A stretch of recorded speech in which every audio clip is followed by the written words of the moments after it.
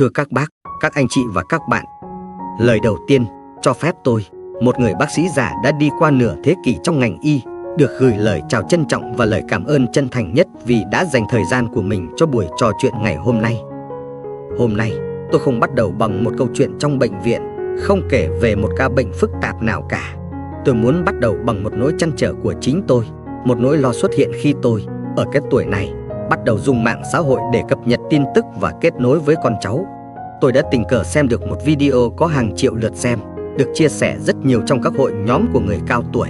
Trong đó, một vị đồng nghiệp đã chia sẻ với một sự quả quyết về việc có tới 2 kg chất thải tích tụ trong ruột già, bám chặt như một lớp xi măng và một công thức để làm sạch nó chỉ trong vòng 5 đêm. Tôi đã ngồi xem rất kỹ video đó, đọc cả những bình luận đầy hy vọng xen lẫn hoang mang của khán giả. Và thú thật với các bác, tôi hoàn toàn hiểu tại sao nó lại được quan tâm đến vậy. Nó chạm vào một nỗi sợ thầm kín của rất nhiều người, nỗi sợ rằng có thứ gì đó dơ bẩn, độc hại đang tồn tại bên trong cơ thể mình.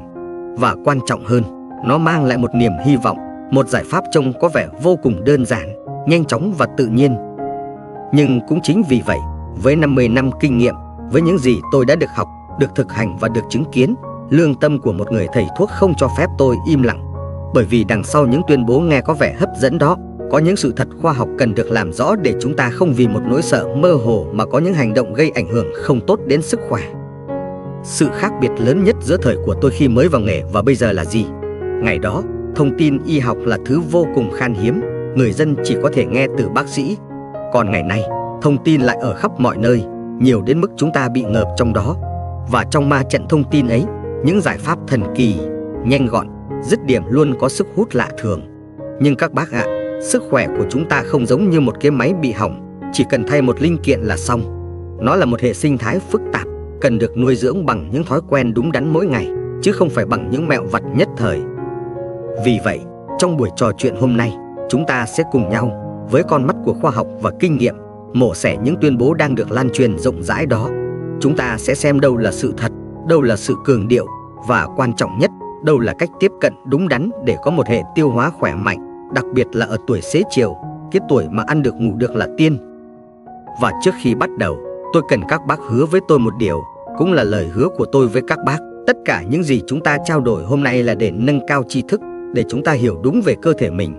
Nó không thay thế cho việc thăm khám trực tiếp tại các cơ sở y tế. Sức khỏe của các bác là tài sản quý giá nhất, và nó phải được chăm sóc bởi những người có chuyên môn và thấu hiểu tình trạng của chính các bác. Đừng tự ý chẩn đoán hay điều trị cho mình chỉ qua một video. Các bác có đồng ý với tôi không ạ? Nếu các bác đã sẵn sàng, chúng ta hãy cùng nhau bắt đầu hành trình đi tìm sự thật này nhé. Vâng, chúng ta hãy bắt đầu với lời đồn đầu tiên, cũng là lời đồn gây ấn tượng và có sức ám ảnh mạnh mẽ nhất, nền tảng cho toàn bộ câu chuyện đi tóc đường ruột.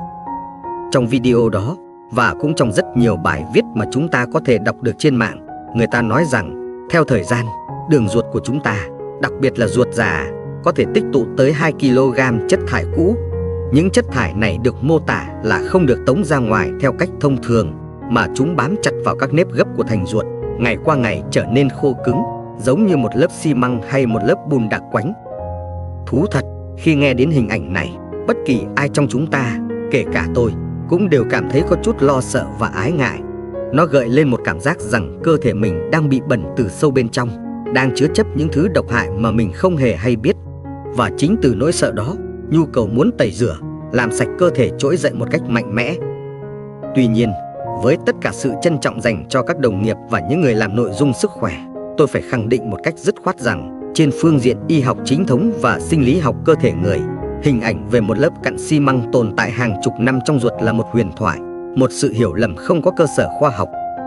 Lý do thực ra rất đơn giản và kỳ diệu.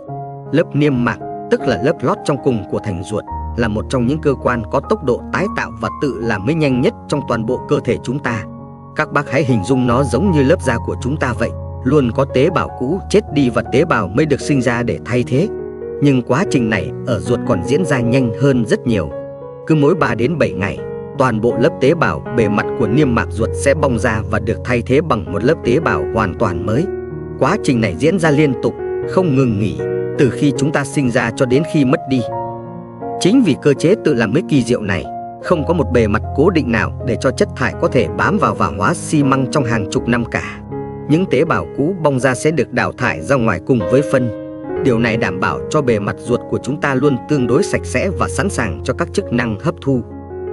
Vậy, cảm giác ì ạch, nặng bụng mà nhiều người, đặc biệt là người cao tuổi, gặp phải đến từ đâu nếu không phải từ cặn xi măng? Vấn đề thực sự không phải là những thứ bám dính, mà là những thứ bị kẹt lại và di chuyển quá chậm. Y học gọi tình trạng này là táo bón chức năng. Ở người lớn tuổi, nhu động ruột, tức là sự co bóp nhịp nhàng của thành ruột để đẩy phân về phía trước, thường có xu hướng yếu đi. Khi phân bị lưu lại quá lâu trong ruột già, ruột sẽ thực hiện chức năng của nó là tái hấp thu nước từ phân. Điều này khiến cho khối phân trở nên ngày càng khô, cứng và khó di chuyển hơn. Chính khối phân khô cứng này, chứ không phải lớp cặn nào cả, là nguyên nhân gây ra cảm giác nặng nề, ì ạch, đầy hơi và khó chịu mà nhiều người lầm tưởng là do chất thải tích tụ lâu năm. Như vậy, chúng ta đã làm rõ rằng không có lớp xi măng nào cả. Nhưng có thể các bác sẽ hỏi, vậy còn chuyện độc tố thì sao? Dù không bám dính, nhưng phân cũ nằm lâu trong ruột do táo bón có gây độc cho cơ thể không? Đây là một câu hỏi rất hay và vô cùng quan trọng. Và câu trả lời của y học hiện đại có thể sẽ khiến các bác bất ngờ. Chúng ta sẽ cùng tìm hiểu ngay sau đây. Người ta nói rằng khối phân cũ bị kẹt lại đó sẽ thối rữa, lên men và giải phóng ra vô số độc tố. Những độc tố này, theo các video lan truyền, sẽ ngấm qua thành ruột, đi trực tiếp vào máu và từ đó chu du khắp cơ thể, gây ra đủ thứ bệnh tật từ bên trong, làm cho da dẻ chúng ta xấu đi, gây mệt mỏi, đau đầu và khiến tâm trạng trở nên bất ổn. Thoạt nghe, lập luận này có vẻ rất hợp lý và logic, phải không ạ?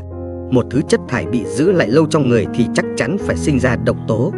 Đó là một suy luận rất tự nhiên. Tuy nhiên, một lần nữa, đây là một sự đơn giản hóa quá mức. Hình ảnh độc tố từ phân cũ ngấm thẳng vào máu không phản ánh đúng sự phức tạp và kỳ diệu của cơ thể chúng ta. Sự thật còn sâu sắc và thú vị hơn thế rất nhiều. Để hiểu đúng vấn đề, chúng ta cần biết rằng đường ruột của chúng ta không phải là một đường ống trống rỗng chỉ để chứa chất thải. Nó là ngôi nhà của hàng nghìn tỷ vi sinh vật, bao gồm cả vi khuẩn tốt và vi khuẩn có hại. Các nhà khoa học gọi chung quần thể này là hệ vi sinh vật đường ruột. Khi chúng ta khỏe mạnh, ăn uống đa dạng nhiều chất xơ, thì khu vườn này sẽ ở trạng thái cân bằng. Các vi khuẩn tốt sẽ chiếm ưu thế. Chúng không chỉ giúp chúng ta tiêu hóa nốt phần thức ăn mà cơ thể không thể tự tiêu hóa, mà còn sản xuất ra các loại vitamin quan trọng, và quan trọng nhất là huấn luyện cho hệ miễn dịch của chúng ta khỏe mạnh. Nhưng khi tình trạng táo bón kéo dài, khối phân di chuyển rất chậm, môi trường trong ruột già bị thay đổi. Đây là điều kiện lý tưởng cho các loại vi khuẩn có hại sinh sôi, nảy nở. Chúng lấn át các vi khuẩn tốt, và độc tố thực sự không phải là thứ gì đó từ phân cũ ngấm vào, mà chính là những chất gây viêm do các vi khuẩn có hại này tạo ra trong quá trình chúng hoạt động. Những chất gây viêm này không chỉ gây hại tại chỗ, làm cho niêm mạc ruột bị kích ứng, mà chúng còn có thể đi vào vòng tuần hoàn máu, gây ra một tình trạng viêm ở cấp độ thấp trên toàn bộ cơ thể. Và đây là lúc chúng ta nói về một trong những khám phá vĩ đại nhất của y học trong thế kỷ 21, trục não, ruột. Đường ruột và não bộ của chúng ta không phải hai cơ quan tách biệt. Chúng liên tục trò chuyện với nhau thông qua một hệ thống dây thần kinh phức tạp và các tín hiệu hóa học. Đó là lý do tại sao khi chúng ta căng thẳng, lo âu, chúng ta có thể bị đau bụng hoặc tiêu chảy. Và ngược lại, khi đường ruột của chúng ta không vui, khi hệ vi sinh vật bị mất cân bằng và tình trạng viêm xảy ra, nó sẽ gửi những tín hiệu tiêu cực lên não. Chính những tín hiệu tiêu cực này mới là nguyên nhân sâu xa gây ra cảm giác mệt mỏi, uể oải, não bộ như có sương mù, khó tập trung và thậm chí là cảm giác lo âu, tâm trạng bất ổn mà nhiều người bị táo bón kinh niên gặp phải. Đây mới là cơ chế khoa học thật sự đằng sau những triệu chứng mà video kia đã mô tả, chứ không phải do độc tố từ phân ngấm vào máu một cách trực tiếp và đơn giản như vậy. Như vậy, vấn đề không phải là ruột bẩn theo nghĩa đen, mà là một hệ sinh thái ruột bị mất cân bằng. Cách tiếp cận đúng đắn không phải là tìm cách tẩy rửa một cách thô bạo, mà là tìm cách khôi phục lại sự cân bằng cho khu vườn sinh thái bên trong chúng ta. Vậy, công thức 5 đêm kia có thực sự giải quyết được vấn đề này không? Và nếu có, nó làm điều đó bằng cách nào? Chúng ta sẽ cùng nhau giải mã nó một cách chi tiết ở phần tiếp theo. Chúng ta vừa cùng nhau mổ xẻ hai lời đồn lớn nhất và thấy rằng chúng không có cơ sở khoa học vững chắc. Vấn đề thực sự không phải là cặn xi măng hay độc tố ngấm vào máu theo nghĩa đen, mà là tình trạng táo bón và sự mất cân bằng của hệ vi sinh vật đường ruột. Vậy có lẽ công thức 5 đêm mà video đó đưa ra cũng vô dụng phải không ạ? Câu trả lời của tôi có thể sẽ khiến các bác ngạc nhiên là không, công thức đó về mặt thực tế là có tác dụng. Nhưng, và đây mới là điều quan trọng nhất, nó có tác dụng không phải vì những lý do thần kỳ mà người ta tô vẽ, mà nó hiệu quả dựa trên những nguyên lý y học vô cùng đơn giản và rõ ràng. Việc hiểu đúng cơ chế này sẽ giúp chúng ta sử dụng nó một cách thông minh, chứ không phải một cách mù quáng với những nỗi sợ hãi không có thật. Bây giờ, với tư cách là một bác sĩ, tôi sẽ cùng các bác giải mã từng thành phần trong công thức này. Thành phần đầu tiên, nước ấm. Nhiều người cho rằng uống nước ấm là để làm tan mỡ hay làm giã cặn bẩn, giống như cách chúng ta dùng nước nóng để rửa bát đĩa dính dầu mỡ. Đây là một sự liên tưởng dễ hiểu nhưng không chính xác về mặt sinh lý. Tác dụng thật sự của nước ấm khi uống vào lúc bụng đói tinh vi và khoa học hơn nhiều. Nó dựa trên một cơ chế gọi là phản xạ dạ dày, đại tràng. Các bác hãy hình dung, sau một đêm dài, đường ruột của chúng ta đang ở trạng thái nghỉ ngơi. Khi chúng ta thức dậy và uống một ly nước ấm, nó sẽ làm căng nhẹ thành dạ dày. Tín hiệu này ngay lập tức được hệ thần kinh truyền xuống ruột già, giống như một mệnh lệnh, báo động. Sắp có thức ăn mới được nạp vào đây, hãy chuẩn bị dọn dẹp kho bãi và đẩy lô hàng cũ đi. Nhận được tín hiệu đó, ruột già sẽ bắt đầu co bóp mạnh mẽ hơn để đẩy khối phân đã hình thành từ ngày hôm trước di chuyển xuống trực tràng. Chính sự co bóp này đã tạo ra cảm giác muốn đi vệ sinh tự nhiên vào buổi sáng. Đây là cách đánh thức đường ruột một cách nhẹ nhàng và hiệu quả nhất. Thành phần thứ hai, chanh. Lời đồn phổ biến nhất về chanh là nó giúp kiềm hóa cơ thể hay cân bằng độ pH. Tôi xin khẳng định lại, cơ thể chúng ta có một hệ thống đệm vô cùng phức tạp và nghiêm ngặt để tự cân bằng độ pH trong máu, và vài giọt chanh không thể thay đổi được điều đó. Tác dụng thật sự của chanh trong công thức này nằm ở chỗ khác. Axit citric tự nhiên có trong chanh khi vào dạ dày, đóng vai trò như một chất kích thích nhẹ nhàng việc sản xuất dịch vị và đặc biệt là dịch mật từ gan. Mật là một chất cực kỳ quan trọng để tiêu hóa chất béo. Bằng cách này, quả chanh giống như một người quản đốc khởi động dây chuyền sản xuất của nhà máy tiêu hóa vào đầu ngày, giúp nó sẵn sàng cho một ngày làm việc hiệu quả, tiêu hóa thức ăn tốt hơn. Thành phần thứ ba, dầu ô liu nguyên chất. Nếu hai thành phần trên đóng vai trò kích hoạt, thì dầu ô liu lại thực hiện một nhiệm vụ rất cơ học. Nó là một ví dụ kinh điển của một chất nhuận tràng dạng bôi trơn. Các bác hãy hình dung khối phân bị khô cứng do táo bón giống như một vật thể thô ráp. Việc đẩy nó đi qua các khúc cua của đại tràng sẽ rất khó khăn và có thể gây đau đớn. Dầu ô liu với bản chất là một loại chất béo tốt, không bị hấp thu nhiều ở ruột non. Nó sẽ đi xuống ruột già, bao bọc lấy khối phân khô cứng đó, làm cho bề mặt của nó trở nên trơn láng. Điều này giúp khối phân di chuyển qua đường ruột một cách dễ dàng hơn rất nhiều, giảm ma sát và giảm cảm giác đau rát khi đi ngoài. Nó đơn giản là làm cho con đường trở nên trơn trượt hơn. Và cuối cùng, phương án thay thế, hạt chia. Nếu dầu ô liu là chất bôi trơn, thì hạt chia lại là nhà vô địch về chất xơ hòa tan. Đây là một cơ chế hoàn toàn khác nhưng cũng cực kỳ hiệu quả. Khi các bác ngâm hạt chia vào nước, các bác thấy nó chương nở và tạo ra một lớp gel nhất phải không ạ? Khi vào trong ruột, lớp gel kỳ diệu này sẽ làm hai nhiệm vụ cùng một lúc. Thứ nhất, nó hút thêm rất nhiều nước, hòa trộn vào khối phân, làm cho phân trở nên mềm và xốp hơn. Thứ hai, bản thân lớp gel này cũng là một chất bôi trơn tự nhiên. Khối phân vừa to hơn, vừa mềm hơn, vừa trơn hơn sẽ tạo ra một áp lực nhẹ nhàng lên thành ruột, kích thích ruột co bóp mạnh mẽ và đẩy nó ra ngoài một cách dễ dàng. Đây là cơ chế của một chất nhuận tràng tạo khối, rất an toàn và bền vững. Như vậy, các bác đã thấy rõ, 4 thành phần này khi kết hợp lại tạo thành một tổ hợp rất thông minh để tấn công vào chứng táo bón, chứ không phải vào cặn xi măng. Chúng ta có nước ấm để đánh thức nhu động ruột. Chúng ta có dầu ô liu hoặc gel hạt chia để bôi trơn và làm mềm khối phân. Chúng ta có chất xơ từ hạt chia để tăng khối lượng cho phân. Và chúng ta có chanh để khởi động hệ tiêu hóa nói chung. Tất cả đều là những cơ chế y học rất rõ ràng, không có gì là thần bí hay ma thuật cả. Vậy, từ những phân tích trên, tôi xin đúc kết lại một cách dứt khoát. Công thức này không phải là một phương thuốc đi tóc hay thải độc thần kỳ để loại bỏ những thứ không có thật. Nó là một bài thuốc tự nhiên, an toàn và hiệu quả để hỗ trợ điều trị chứng táo bón chức năng ở mức độ nhẹ đến trung bình. Nó đặc biệt hữu ích cho những người cao tuổi có nhu động ruột suy giảm hoặc những người có chế độ ăn tạm thời thiếu chất xơ. Khi chúng ta hiểu đúng bản chất của nó, chúng ta sẽ sử dụng nó một cách đúng đắn, không kỳ vọng hão huyền và không sợ hãi vô cớ. Chúng ta dùng nó để giải quyết một vấn đề có thật là táo bón, chứ không phải để theo đuổi một mục tiêu mơ hồ là làm sạch lớp cặn bẩn trong cơ thể. Vậy sau khi đã giải quyết được vấn đề trước mắt bằng công thức này, làm thế nào để chúng ta có một đường ruột khỏe mạnh một cách bền vững? Bởi vì việc dọn dẹp chỉ là giải pháp tạm thời, việc nuôi dưỡng mới là chiến lược lâu dài. Chúng ta sẽ cùng nhau tìm hiểu về nền tảng vững chắc cho một đường ruột khỏe mạnh ở phần tiếp theo. Công thức 5 đêm mà tôi vừa phân tích, nó giống như việc chúng ta gọi một đội dọn dẹp chuyên nghiệp đến để tổng vệ sinh cho một ngôi nhà bị bừa bộn lâu ngày. Ngôi nhà sẽ sạch sẽ, gọn gàng ngay lập tức và chúng ta cảm thấy rất nhẹ nhõm. Nhưng nếu sau đó, chúng ta vẫn tiếp tục giữ những thói quen sinh hoạt cũ, vẫn bày bừa đồ đạc, vẫn không lau chùi thường xuyên, thì chỉ một thời gian ngắn sau, mọi thứ sẽ đâu lại vào đấy. Với đường ruột của chúng ta cũng hệt như vậy. Việc dùng các phương pháp hỗ trợ nhuận tràng chỉ giải quyết được triệu chứng tắc nghẽn trước mắt. Gốc rễ của một sức khỏe bền vững, một hệ tiêu hóa hoạt động trơn tru ngày này qua ngày khác, nằm ở hai chữ nuôi dưỡng. Dọn dẹp là việc làm có tính thời điểm, còn nuôi dưỡng mới là một chiến lược cho cả cuộc đời. Vậy, chúng ta cần nuôi dưỡng đường ruột của mình như thế nào? Dựa trên những bằng chứng khoa học hiện đại nhất và kinh nghiệm suốt 50 năm của tôi, có 3 trụ cột chính mà các bác cần xây dựng. Trụ cột thứ nhất, cũng là quan trọng nhất, nuôi dưỡng hệ vi sinh vật. Như chúng ta đã nói ở phần trước, bên trong đường ruột là một khu vườn sinh thái với hàng nghìn tỷ lợi khuẩn. Chúng chính là những người bạn đồng hành thầm lặng, quyết định sức khỏe của chúng ta. Muốn đường ruột khỏe, chúng ta phải cho những người bạn tốt này ăn. Thức ăn yêu thích của chúng là gì? Đó chính là chất xơ, đặc biệt là các loại chất xơ hòa tan mà y học gọi là prebiotics. Các bác không cần phải nhớ những cái tên phức tạp, chỉ cần nhớ rằng hãy biến bữa ăn của mình thành một bữa tiệc cầu vồng.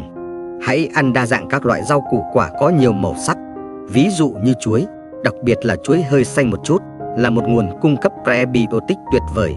Tỏi, hành tây, măng tây hay các loại đậu cũng là những món ăn khoái khẩu của lợi khuẩn. Yến mạch cũng là một lựa chọn rất tốt cho bữa sáng.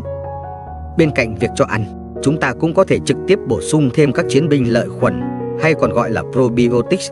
Chúng có rất nhiều trong các thực phẩm lên men quen thuộc như sữa chua không đường, kim chi, dưa cải muối chua được làm đúng cách. Một hệ vi sinh vật khỏe mạnh và đa dạng chính là nền tảng số 1 cho một đường ruột không bệnh tật. Trụ cột thứ hai, tập thể dục cho nhu động ruột. Nhiều người nghĩ rằng tập thể dục chỉ tốt cho tim mạch, xương khớp, nhưng nó lại có một tác dụng vô cùng to lớn đối với hệ tiêu hóa. Khi cơ thể chúng ta vận động, đường ruột cũng sẽ vận động theo. Vận động không chỉ giúp tăng cường lưu thông máu đến các cơ quan tiêu hóa, mà nó còn tác động trực tiếp lên các cơ thành bụng và cơ trơn của ruột, kích thích chúng co bóp một cách nhịp nhàng và đều đặn hơn. Đây là một liều thuốc tự nhiên mạnh mẽ nhất để chống lại tình trạng ruột lười biếng, một vấn đề rất phổ biến ở người cao tuổi. Tôi không nói đến những bài tập nặng nhọc hay phức tạp. Với người lớn tuổi, chỉ cần đi bộ 30 phút mỗi ngày với tốc độ vừa phải đã là một món quà vô giá cho đường ruột. Vài động tác yoga vặn mình nhẹ nhàng vào buổi sáng cũng có tác dụng massage các cơ quan nội tạng và kích thích tiêu hóa. Hoặc thậm chí, một việc đơn giản mà ai cũng có thể làm, mỗi buổi sáng sau khi thức dậy, các bác hãy nằm trên giường, dùng lòng bàn tay xoa bụng theo chiều kim đồng hồ trong khoảng 5 phút. Đó là những bài tập đơn giản nhưng mang lại hiệu quả không ngờ trong việc duy trì nhu động ruột đều đặn. Trụ cột thứ ba, quản lý bộ não thứ hai. Như chúng ta đã nói về trục não, ruột, tinh thần và tiêu hóa có một mối liên kết vô cùng chặt chẽ. Căng thẳng, lo âu, buồn phiền kéo dài là một trong những kẻ thù lớn nhất của một đường ruột khỏe mạnh. Khi chúng ta căng thẳng, cơ thể sẽ tiết ra các hormone stress. Những hormone này không chỉ ảnh hưởng đến não bộ mà còn làm chậm quá trình tiêu hóa, gây co thắt bất thường ở đường ruột và làm xáo trộn nghiêm trọng hệ vi sinh vật. Đó là lý do tại sao nhiều người bị táo bón vì stress hoặc ngược lại, bị tiêu chảy khi quá lo lắng. Vì vậy, nuôi dưỡng đường ruột cũng chính là nuôi dưỡng tinh thần. Hãy dành thời gian cho việc hít thở sâu, chỉ cần 5 phút mỗi ngày ngồi tĩnh lặng và tập trung vào hơi thở của mình. Hãy tập thiền, hoặc đơn giản là nghe một bản nhạc không lời êm dịu trước khi đi ngủ. Đảm bảo ngủ đủ giấc cũng là một liều thuốc vô giá cho cả não bộ và đường ruột, giúp chúng có thời gian để nghỉ ngơi và tự sửa chữa. 3 trụ cột này, dinh dưỡng cho lợi khuẩn, vận động cho nhu động ruột và thư thái cho tinh thần, chính là nền tảng vững chắc nhất cho một hệ tiêu hóa khỏe mạnh từ bên trong, giúp chúng ta không cần phải phụ thuộc vào bất kỳ công thức dọn dẹp tạm thời nào. Tuy nhiên, tôi phải nhấn mạnh điều cuối cùng này. 95% các trường hợp táo bón là táo bón chức năng, tức là do lối sống như chúng ta vừa phân tích. Nhưng 5% còn lại có thể là dấu hiệu của những bệnh lý nghiêm trọng hơn. Với 50 năm kinh nghiệm, tôi buộc phải dặn dò các bác cách nhận biết những lá cờ đỏ cảnh báo này. Hãy đến gặp bác sĩ ngay lập tức nếu chứng táo bón của các bác đi kèm với bất kỳ dấu hiệu nào sau đây. Thứ nhất, sự thay đổi thói quen đi ngoài một cách đột ngột và kéo dài, đặc biệt là ở người trên 50 tuổi. Ví dụ, trước đây các bác đi rất đều đặn, bỗng nhiên bị táo bón hoặc tiêu chảy xen kẽ trong vài tuần mà không có lý do rõ ràng. Thứ hai, sụt cân không chủ đích. Các bác vẫn ăn uống như cũ nhưng lại sụt vài kg một cách bất thường. Thứ ba, có máu trong phân. Đây là dấu hiệu không bao giờ được bỏ qua. Máu có thể là màu đỏ tươi hoặc làm cho phân có màu đen như hắc ín. Thứ tư, đau bụng dữ dội hoặc liên tục, khác với cảm giác khó chịu thông thường của táo bón. Và cuối cùng, nếu trong gia đình có tiền sử người thân bị polyp hoặc ung thư đại trực tràng. Nếu có bất kỳ lá cờ đỏ nào trong số này, xin các bác đừng chần chừ, đừng tự điều trị. Hãy đến gặp bác sĩ để được thăm khám, có thể là nội soi, để tìm ra nguyên nhân chính xác. Phát hiện sớm luôn là chìa khóa vàng để điều trị thành công mọi bệnh tật. Thưa các bác, các anh chị và các bạn, vậy là chúng ta đã cùng nhau đi hết một hành trình khá dài, từ việc mổ xẻ một nỗi sợ phổ biến về cặn bã xi măng, đến việc giải mã một công thức tự nhiên, và cuối cùng là cùng nhau xây dựng nên một nền tảng vững chắc cho sức khỏe đường ruột. Nếu có một điều cốt lõi nhất mà tôi mong các bác có thể ghi nhớ sau buổi trò chuyện hôm nay, thì đó là đừng sợ hãi cơ thể của mình. Hãy học cách lắng nghe và thấu hiểu nó. Cơ thể chúng ta, qua hàng triệu năm tiến hóa, đã được trang bị những cơ chế tự làm sạch, tự chữa lành và tự cân bằng vô cùng kỳ diệu. Những gì chúng ta cần làm không phải là tìm kiếm những giải pháp thần kỳ từ bên ngoài để tẩy rửa hay thải độc một cách thô bạo, mà là tạo ra một môi trường thuận lợi từ bên trong để cơ thể có thể tự làm tốt nhất công việc của nó. Một chế độ ăn uống lành mạnh, một lối sống năng động và một tinh thần thư thái, đó không phải là những lời khuyên sáo rỗng. Đó chính là những viên gạch vững chắc nhất để xây dựng nên ngôi đền sức khỏe cho chính chúng ta. Công thức 5 đêm kia có thể là một sự hỗ trợ tốt khi chúng ta bị tắc đường tạm thời, nhưng chính 3 trụ cột nuôi dưỡng hệ vi sinh vật, vận động cho nhu động ruột, quản lý tinh thần mới là con đường lớn, là quốc lộ thênh thang dẫn chúng ta đến một sức khỏe tiêu hóa bền vững. Thưa các bác, ở tuổi của tôi, sau 50 năm làm nghề, tôi nhận ra rằng khi chúng ta có tuổi, chúng ta không chỉ chiến đấu với bệnh tật, mà còn chiến đấu với cả nỗi sợ hãi về sự lão hóa, về sự suy yếu của cơ thể. Tôi đã gặp rất nhiều người cao tuổi, họ sống trong sự lo lắng thường trực về sức khỏe của mình, và đôi khi chính nỗi lo đó còn bào mòn họ nhiều hơn cả bệnh tật. Niềm vui của tuổi già đôi khi không phải là điều gì lớn lao. Nó chỉ đơn giản là một buổi sáng thức dậy thấy bụng dạ mình nhẹ nhàng, khoan khoái, là có thể ăn một bữa cơm ngon miệng cùng con cháu mà không lo đầy bụng, chướng hơi, là có một giấc ngủ sâu, không mộng mị, để sớm mai thức dậy thấy tinh thần minh mẫn, sẵn sàng cho một ngày mới. Điều đó hoàn toàn có thể đạt được. Nó đến từ những thói quen đúng đắn, từ sự nuôi dưỡng kiên trì mỗi ngày, chứ không phải từ một công thức dọn dẹp thần kỳ nào cả. Tôi luôn tin rằng người bác sĩ tốt nhất của chính mình chính là bản thân các bác. Nhưng đó phải là một phiên bản thông thái, một phiên bản kiên nhẫn và biết yêu thương cơ thể mình. Và bởi vì tri thức đúng đắn cần được lan tỏa, nhất là trong thời đại mà thông tin sai lệch có thể đến với cha mẹ, ông bà chúng ta bất cứ lúc nào qua một chiếc điện thoại, tôi tha thiết mong các bác hãy giúp tôi một việc. Nếu các bác thấy buổi trò chuyện hôm nay có giá trị, xin hãy chia sẻ nó. Không phải để mọi người làm theo công thức một cách mù quáng, mà là để họ hiểu được sự thật khoa học đằng sau nó. Hãy giúp những người thân yêu của mình thoát khỏi những nỗi sợ không đáng có và học cách chăm sóc sức khỏe một cách thông thái, dựa trên sự thấu hiểu chứ không phải sự hoang mang. Đó là món quà quý giá nhất mà chúng ta có thể dành cho nhau. Và đừng quên đăng ký kênh Sức khỏe người cao tuổi để chúng ta có thể tiếp tục đồng hành cùng nhau trên con đường tìm hiểu về sức khỏe một cách khoa học và chân thành. Cảm ơn các bác đã kiên nhẫn lắng nghe đến tận những giây cuối cùng. Xin kính chúc các bác một hệ tiêu hóa khỏe mạnh, một tinh thần an vui và một tuổi già thật nhiều sức khỏe. Tôi là bác sĩ Minh. Xin chào và hẹn gặp lại.